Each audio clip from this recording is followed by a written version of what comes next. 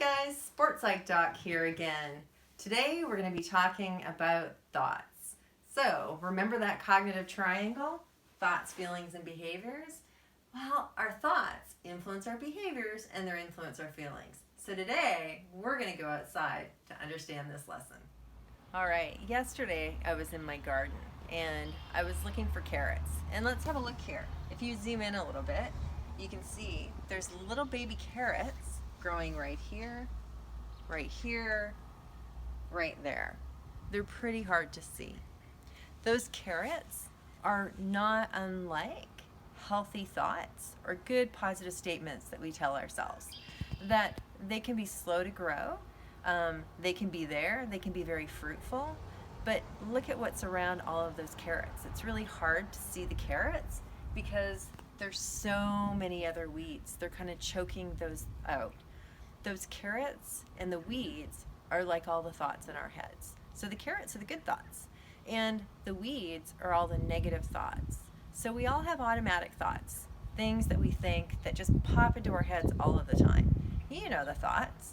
You get a good grade. You're thinking, man, this is great. Or maybe you're thinking it was an easy test. Maybe you make a beautiful shot and you say to yourself, that was lucky, or that's awesome, that work paid off. We all have different thinking patterns. And so what we want to learn how to do is to have good, healthy thinking patterns and good, positive, automatic thoughts. But that means we need to find the weeds and get rid of them. All right, let's zoom in. So if I want to get rid of the weeds, what I could do is try to get rid of them. But what happens if I just break off the top? Okay, there I was able to get the weed. That guy might not grow back. But sometimes the weeds are really stubborn. Those weeds that are really stubborn that I just break the top off of, those roots stay in there and they grow more weeds or more negative automatic thoughts. So what I need to do with worksheets, sometimes by working with a sports psychologist, is get some help to dig deeper to get rid of, holy cow, look at how big that root is. And so what happens when I'm working with a professional is instead of just ripping the tops off, the professional can help me get to the weeds to actually do something called cognitive restructuring. So I want to give you some tools to help you learn what cognitive restructuring is. Because when I can do cognitive restructuring, what I can get is a garden that looks more like this. Healthy, strong plants with great roots and getting rid of all the weeds. The weeds might still pop up once in a while. Every good gardener needs to be able to pull some weeds once in a while. Every strong, mentally tough athlete needs to pay attention when those negative weeds pop up. So it might be a little bit of work to get our garden in shape, our mental garden, but once it is, man, it's just a little bit of maintenance. So work with me, watch the videos, and learn how to do cognitive restructuring. Let's go inside to learn a couple tools. All right, so when you saw me try to weed the garden, what I was trying to do is weed out negative automatic thoughts. But you saw that if we just pull the tops off, the roots stay in and weeds continue to grow. So when we do cognitive restructuring, we're trying to change the root of the automatic thought. Let me explain what I mean by explaining a tool called a thought record that is really the basis for cognitive restructuring. And I'll have copies of a thought record on my website, so if you want to try these, you can download them for free. So here we go. An event happens. Let's say that I've practiced, I'm all stoked, and I show up for my event and somebody beats me that I never thought would ever beat me. And so what happens is maybe I come in third. And I'm really disappointed. So what I'm going to do with this thought record is write out that chain of events. So remember that cognitive triangle. Well, I've got the behavior, I came in third. The feeling is I'm just going to say I'm sad. And the thought is, maybe I think you're such a loser. When we talk to ourselves like that, you loser, we're really feeding that negative spiral. So a thought record can help us call ourselves out and start to change the way we have that inner dialogue. So I'm going to write down loser. So I came in third, I feel sad, and I say I'm such a loser. So now, here's the cognitive restructuring part.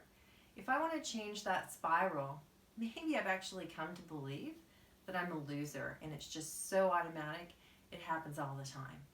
And so what I want you to do is say, wait a second, let's look at the evidence here. Am I really a loser?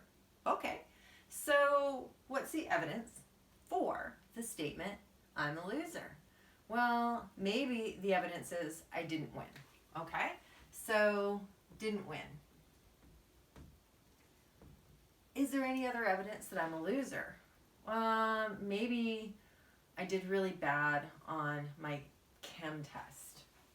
All right, so I didn't get the grade that I want. Bad on test. And maybe I could think of a couple other things. Maybe I wasn't invited to a party, and so I feel sad about that. And I'm saying this is all evidence that I'm a loser. When we have negative thinking patterns, when our thought garden is full of weeds, it can really populate with a lot of automatic thoughts. Here's the important thing though.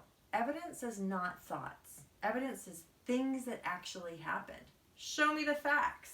Okay, so the facts are, I'm a loser. The facts are, I did bad on a test and I didn't win. That makes me a loser? Okay. Is there any evidence against the thought that I'm a loser? Can I think of any evidence? Well, some evidence might mean that actually I came in third and there were 7 people in the contest and I actually made the podium.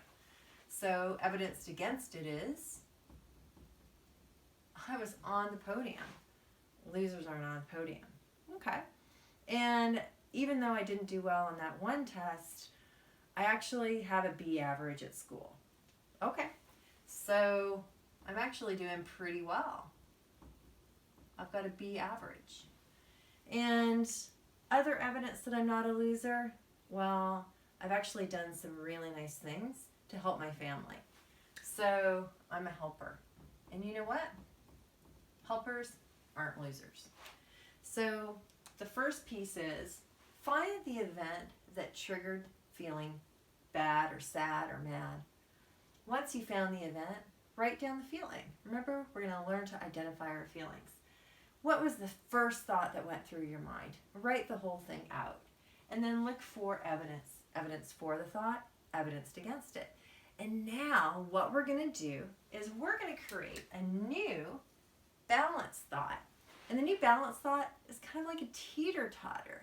So I'm not going to try to think positive. Something that just drives me crazy is when I see people putting positive sticky notes on their fridge, or if you're ever in a change room at a mall, sometimes they've got sticky notes all over the mirror. You're awesome, you're fantastic, you're beautiful, you do you. Well, that's a nice idea, but that's kind of like trying to spray perfume to cover a skunk smell. The skunk smell's still there. So if I've got a weedy garden, it doesn't matter if I'm planting flowers. What I need to do is get rid of the weeds.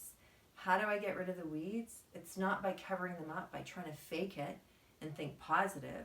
What I want to do is actually think about believable thoughts that I can actually think have some credibility.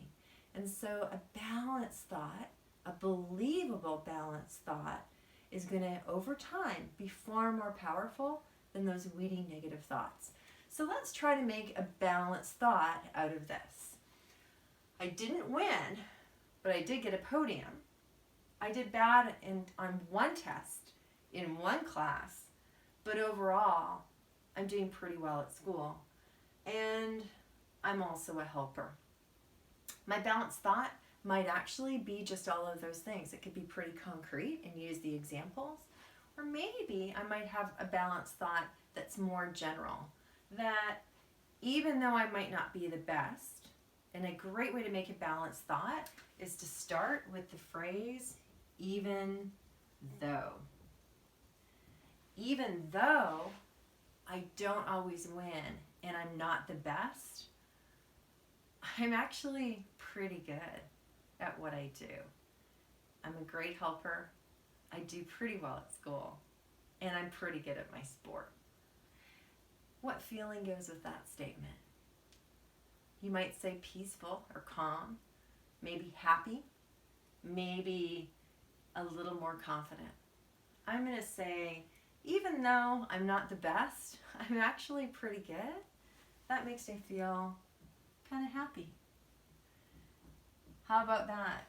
It took us about 5 minutes to do that thought record. And we went from feeling sad, believing we're a loser, to actually thinking we're not so bad and we're pretty happy. Thought records are a great tool. Put something in the comments below. Tell me how it works for you. Download a thought record from my website, sportspsychdoc.com. Give it a try. Watch my second part of this video on how to do cognitive restructuring to learn some more tools.